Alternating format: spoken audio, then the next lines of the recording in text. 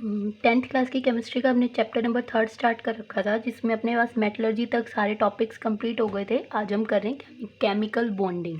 Clear.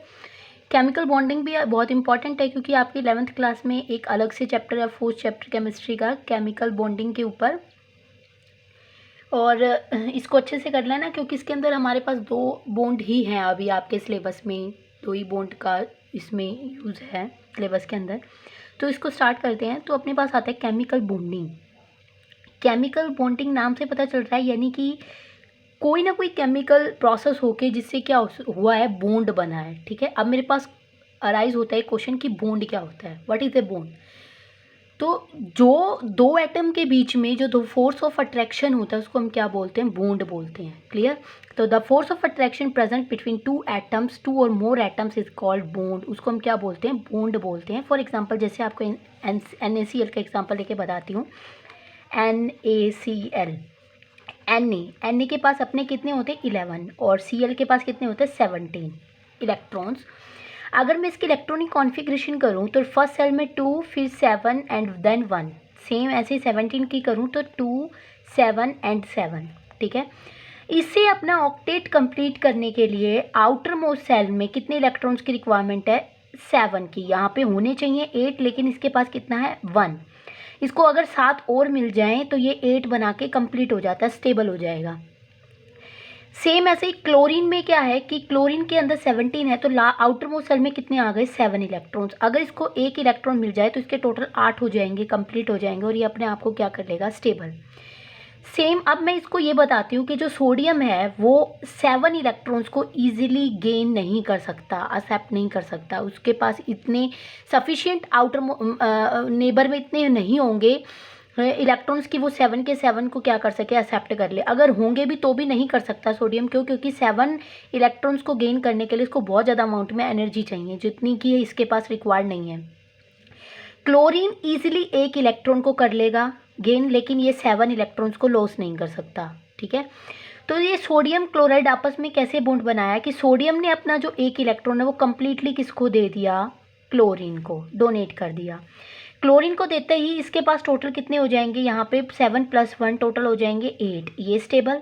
अब इसके यहाँ से 1 इलेक्ट्रॉन चला गया, यहाँ से 1 इलेक्ट्रॉन जा चुका है, सॉरी इधर 8 आएंगे, इधर से 1 इलेक्ट्रॉन चला गया। अब इसके पास सेल में जो इससे पहले वाली सेल है वही आउटर मोस्ट होगी, क्योंकि ये तो निकल चुका है ये 1 इलेक्ट्रॉन। अब ये तो ऑक्टेट कंप्लीट है, ये स्टेबल है।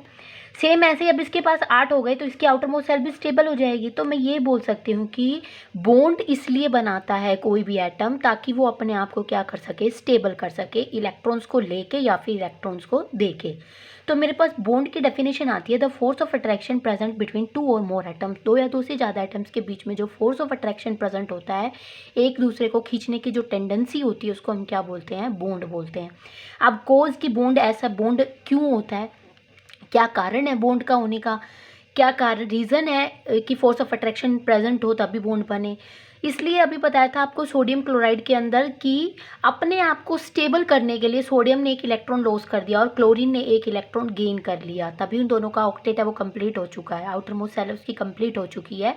तो अपने आप को स्टेबल करने के लिए उन्होंने ऐसा किया। तो सेम ऐसे ही the atoms combine with one another, एक दूसरे के साथ जो एटम्स आपस में कंबाइन होते to achieve noble gas configuration. Noble gas configuration को पाने के लिए, नोबल गैस कॉन्फ़िगरेशन मतलब अपने आउटर मोस्ट सेल को कंप्लीट करने के लिए वो ऐसा करते हैं, and hence they become stable, ताकि वो क्या हो जाएं, स्टेबल हो जाएं। क्लियर।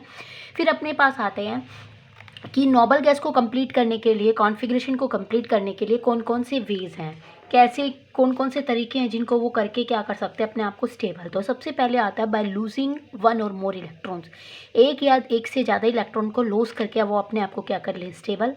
दूसरा बाय गेनिंग 1 और मोर इलेक्ट्रॉन्स, गेन करके एक या एक से ज़्यादा इलेक्ट्रॉन को गेन करके वो अपने आप को क्या कर ले, स्टेबल। तीसरा बाय शेयरिंग 1 और मोर इलेक्ट्रॉन्स, एक या एक से ज़्यादा इलेक्ट्रॉन्स को शेयर करके भी वो क्या कर सकते हैं, आपने अपने आप को स्टेबल कर सकते हैं। तो अपने पास यहाँ पे 10th क्लास में 2 टाइप्स के ही बॉन्ड हैं, एक तो आयनिक बॉन्ड है और दूसरा है कोवैलेंट बॉन्ड। बॉन्ड और भी बहुत सारे हैं, कोऑर्डिनेट बॉन्ड भी है, मेटालिक बॉन्ड भी है। ठीक है। तो ये हमारे पास हायर क्लासेस में आएंगे, 12th में आएंगे, 11th में आएंगे। तो अभी हमारे पास सिर्फ 2 ही हैं, एक तो आयनिक बॉन्ड और दूसरा कौन सा, कोवैलेंट बॉन्ड। तो मैं आयनिक बॉन्ड को डिस्कस कर रही हूँ। आयनिक नाम से ही पता चल रहा है कि जिस बॉन्ड में क्या बने, आयंस बने। और आयंस हमारे पास कितने टाइप्स के होते हैं, 2 टाइप के, एक तो कैटायन और दूसरा एनायन। यानी कि वो बॉन्ड जिसके अंदर कैटायन और एनायन का फॉर्मेशन होता है। कैटायन कब बनते हैं, जिसके अंदर जो इलेक्ट्रॉन्स को डोनेट कर देते हैं, डोनेट करने के बाद उनके ऊपर पॉजिटिव चार्ज आ जाता है, और पॉजिटिव चार्ज वाले जो आयंस होते हैं उनको हम क्या बोलते हैं, कैटायंस। एनायनिक वो होते हैं जिनके ऊपर नेगेटिव चार्ज आ जाता है, और नेगेटिव चार्ज उनके ऊपर कब आता है, जब वो इलेक्ट्रॉन्स को गेन करते हैं। ठीक है, यानी कि अभी अभी हमने आपको नोबल गैसेस की प्रोसेस होने की फर्स्ट 2 जो है इसके अंदर वेज, वो इस आयनिक बॉन्ड में कंप्लीट हो जाएगा कि एक तो एटम इलेक्ट्रॉन को डोनेट कर देगा और एक एटम इलेक्ट्रॉन को गेन कर लेगा और अपने आप को क्या कर लेंगे, बॉन्ड बना के स्टेबल। क्लियर, तो उसको हम क्या बोलते हैं, आयनिक बॉन्ड बोलते हैं। अब एक बात याद रखना कि जितनी भी मेटल्स होती हैं, ये चैप्टर आपका मेटल्स एंड नॉन मेटल्स का है, तो उसके अंदर हमने मेटल्स एंड नॉन मेटल्स की डेफिनेशन पढ़ी थी क्या, कि जितनी भी मेटल्स होती हैं वो सारी इलेक्ट्रोपॉजिटिव होती हैं। इलेक्ट्रोपॉजिटिव मतलब जिनके हमेशा मेटल्स के ऊपर कैसा चार्ज आएगा, पॉजिटिव। क्यों, क्योंकि मेटल हमेशा एक्स्ट्रा इलेक्ट्रॉन रखती हैं और वो इलेक्ट्रॉन्स को डोनेट कर देती हैं। डोनेट करेंगी तो उनके ऊपर उतना ही क्या आ जाएगा, पॉजिटिव चार्ज। अब ये भी पढ़ा था हमने कि जितनी भी नॉन मेटल्स होती हैं वो सारी क्या होती हैं, इलेक्ट्रोनेगेटिव होती हैं। डेफिनेशन में, नॉन मेटल की डेफिनेशन में इलेक्ट्रोनेगेटिव मतलब उनके पास इलेक्ट्रॉन की कमी होती है, वो अपने इलेक्ट्रॉन्स को गेन कर लेती है और गेन करके अपने ऊपर क्या ले आती है, नेगेटिव चार्ज। तो इसमें नोट है, देखो नोट डाल रखा है कि मैंने, it form between metal and non metals. ये जो बॉन्ड है वो मेटल और नॉन मेटल के बीच में बनता है। क्यों, क्योंकि मेटल्स कैटाइंस होती हैं यानी कि इलेक्ट्रोपॉजिटिव चार्ज को गेन कर लेंगी, और जो नॉन मेटल्स है वो एनाइंस की तरह काम करेंगी कि वो इलेक्ट्रॉन्स को लेके गेन करके अपने ऊपर नेगेटिव चार्ज यानी कि एनायनिक होने का काम करेंगी। क्लियर, तो मेरे पास आयनिक बॉन्ड की क्या डेफिनेशन आती है कि the bond formed by transfer of electrons, वो बॉन्ड जो कि इलेक्ट्रॉन्स को ट्रांसफर किया करके बनाया जाता है from one atom to another. अब अगर इलेक्ट्रॉन्स को एक एटम ट्रांसफर कर रहा है तो दूसरा एटम ऐसा होगा जो उस इलेक्ट्रॉन को क्या करता होगा, गेन करता होगा। क्लियर, तो इस बॉन्ड के अंदर एक एटम तो इलेक्ट्रॉन को ट्रांसफर करता है और एक एटम को जो दूसरा एटम है वो जो इलेक्ट्रॉन्स ट्रांसफर हुए उनको क्या करता है, गेन करता है। It is formed when one atom donate electron and other accept electron to achieve stable configuration. यानी कि इस बॉन्ड के अंदर एक तो क्या करेगा, डोनेट, और दूसरा क्या करेगा, इलेक्ट्रॉन को एक्सेप्ट करेगा और अपने आप को क्या कर लेंगे, स्टेबल कर लेंगे। और ये बॉन्ड हमेशा मेटल एंड नॉन मेटल के बीच में ही बनता है। For example NaCl, magnesium chloride हो गया, सोडियम क्लोराइड हो गया, कैल्शियम ऑक्साइड हो गया। क्लियर, इस तरह से बॉन्ड का क्या होता है, फॉर्मेशन होता है। अब जैसे मैं आपको NaCl का मैंने स्टार्टिंग में एग्जाम्पल ले लिया था, मैं मैग्नीशियम क्लोराइड का लेके बताती हूँ। मैग्नीशियम क्लोराइड है हमारे पास, इसके आउटर मोस्ट सेल में, मैग्नीशियम के आउटर मोस्ट सेल में 2 इलेक्ट्रॉन्स होते हैं और क्लोरीन 2 हैं, तो मैं दोनों क्लोरीन को अलग अलग शो कर देती हूँ। एक क्लोरीन तो मैं ऊपर ले लेती हूँ, दूसरा क्लोरीन मैं नीचे ले लेती हूँ। एक बार अच्छे से बना देते हैं। मैग्नीशियम के आउटर मोस्ट सेल में 2 इलेक्ट्रॉन होते हैं और 2 क्लोरीन है, तो मैं दोनों को अलग अलग लिख देती हूँ। और क्लोरीन के आउटर मोस्ट सेल के अंदर टोटल कितने इलेक्ट्रॉन्स होते हैं, 7 ही ऊपर वाली क्लोरीन में होंगे और नीचे वाली में भी 7। इसको एक इलेक्ट्रॉन चाहिए, सेम इस क्लोरीन को भी एक इलेक्ट्रॉन चाहिए, और इसे अपना स्टेबल करने के लिए 6 इलेक्ट्रॉन्स चाहिए। तो ये 6 इलेक्ट्रॉन गेन नहीं कर सकता। ये क्या करेगा, एक इलेक्ट्रॉन तो क्लोरीन इस मैग्नीशियम का ले लेगा और ये जो क्लोरीन है वो दूसरा इलेक्ट्रॉन ये वाला ले लेगा। अपने आप को दोनों स्टेबल हो जाएंगे और दोनों के बीच में क्या बन जाएगा, बॉन्ड बन जाएगा। क्लियर, यानी कि बॉन्ड क्या होता है कि एक बॉन्ड में 2 इलेक्ट्रॉन होते हैं अपने आमने सामने वाले एटम के। इसने एक इलेक्ट्रॉन इसको डोनेट कर दिया, इसने एक इलेक्ट्रॉन एक्सेप्ट कर लिया, तो जो ये 7वां इलेक्ट्रॉन था वो इसके साथ क्या कर लेगा, पेयर अप करके बॉन्ड का फॉर्मेशन कर लेगा, सेम ऐसे ही। क्लियर, तो इस तरह से ये बॉन्ड का फॉर्मेशन हो जाता है। फिर अपने पास आता है कोवलेंट बॉन्ड। कोवलेंट बॉन्ड कौन से होते हैं, कोवलेंट बॉन्ड अभी अभी हमने ऊपर नॉर्मल गैस की कॉन्फ़िगरेशन को अचीव करने के लिए कुछ फॉलोइंग वेज बताए थे, वो कौन कौन से थे। बाय लूजिंग ऑफ इलेक्ट्रॉन, ये भी हमारे पास आयनिक बॉन्ड में आ गया। बाय गेनिंग ऑफ इलेक्ट्रॉन, ये भी हमारे पास आयनिक बॉन्ड में आ गया। थर्ड अपने पास आता है बाय शेयरिंग 1 और मोर इलेक्ट्रॉन्स, यानी कि एक या एक से ज़्यादा इलेक्ट्रॉन्स को शेयर करके जो बॉन्ड बनता है उसको हम कौन सा बॉन्ड बोलते हैं, कोवलेंट बॉन्ड बोलते हैं। ठीक है, याद रखना कि शेयरिंग ऑफ इलेक्ट्रॉन से जिस बॉन्ड का फॉर्मेशन होता है उसको हम कौन सा बॉन्ड बोलते हैं, कोवलेंट बॉन्ड बोलते हैं। और इलेक्ट्रॉन को ट्रांसफ़र करके जिस बॉन्ड का फॉर्मेशन होता है उसको हम क्या बोलते हैं, आयनिक बॉन्ड। तो यहाँ पे हम कोवलेंट बॉन्ड पढ़ रहे हैं। तो it is formed by sharing of electrons between atoms, दो एटम्स के बीच में, दो या दो से ज़्यादा एटम्स के बीच में इलेक्ट्रॉन को शेयर करके जिस बॉन्ड का फॉर्मेशन होता है उसको हम कौन सा बॉन्ड बोलते हैं, covalent bond. It is always form between non metals and non metals, ये हमेशा नॉन मेटल और नॉन मेटल के बीच में ही बनता है। यानी कि या तो वो दोनों नॉन मेटल सेम हो या फिर वो दोनों नॉन मेटल अलग अलग हों। जैसे कि मान लिया मैंने ले लिया O2, ऑक्सीजन एक नॉन मेटल है, गैसेस फॉर्म में एग्जिस्ट होता है। एक ऑक्सीजन एटम ने दूसरे ऑक्सीजन एटम के साथ बॉन्ड का फॉर्मेशन किया और अपने आप को क्या बना दिया, ऑक्सीजन का मॉलिक्यूल, यानी कि दोनों के बीच में बॉन्ड का फॉर्मेशन हो गया और एटम को इसने क्या कर दिया, फॉर्म कर दिया। अब अपने पास यहाँ पे टाइप्स ऑफ कोवलेंट बॉन्ड आते हैं। तो हमारे पास कोवलेंट बॉन्ड सिंगल बॉन्ड होता है, डबल बॉन्ड होता है और ट्रिपल बॉन्ड होता है। ठीक है, सिंगल बॉन्ड में एक होगा बॉन्ड, डबल बॉन्ड में दो होते हैं, ट्रिपल बॉन्ड में तीन होते हैं। अब मैं इनसे रिलेटेड कुछ बात भी बता देती हूँ कि जो सिंगल बॉन्ड होता है उसके अंदर हमारे पास दो इलेक्ट्रॉन आपस में शेयरिंग होंगे। दोनों जो आमने सामने वाले जो दो एटम होंगे उन दोनों के एक एक इलेक्ट्रॉन अपने आप को शेयर करेंगे। डबल बॉन्ड में दो बॉन्ड हैं तो एक बॉन्ड में दो इलेक्ट्रॉन होते हैं, तो दो बॉन्ड में कितने होंगे, चार इलेक्ट्रॉन की शेयरिंग होगी। ट्रिपल बॉन्ड में हमारे पास कितने हो जाएंगे, 6 हो जाएंगे, क्योंकि एक बॉन्ड में दो हैं तो तीन बॉन्ड में कितने हो जाएंगे, 6। ठीक है, अब दूसरी टाइप इसके अंदर क्या बताने वाली बात है कि सिंगल बॉन्ड जो होता है उसकी जो लेंथ होती है, बॉन्ड लेंथ होती है, वो बड़ी होती है।